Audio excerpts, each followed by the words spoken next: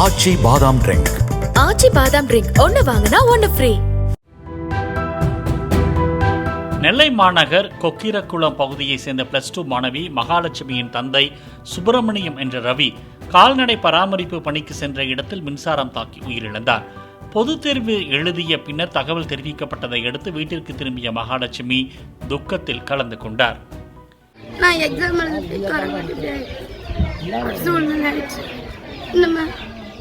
எங்கள் அப்பா எல்லாம் நாங்கள் என்ன செய்வோம் தெரியல. நான் இன்னும் 2 எக்ஸாம் படித்து நல்ல வேலைக்கு போகணும்னு கவர்மெண்ட் வேலை ஏதாவது உதவி கிடைச்சா நல்லா இருக்கும். தென்காசி மாவட்டம் சங்கரன் கோவில் அருகே உள்ள பாட்டத்தூர் கிராமத்தை சேர்ந்த +2 மாணவர் வினித்குமாரின் தந்தை லோடுமேன் பணி செய்த போது மூட்டை விழுந்ததில் படுகாயமடைந்து சிகிச்சை பலனின்றி உயிரிழந்தார். தந்தை மரணம் செய்தி கேட்ட வினித்குமார் பொதுத் தேர்வு எழுதிய பின்னர் இறுதிச் சடங்கில் கலந்து கொண்டார். ஆச்சி பாதாம் ட்ரிங்க்.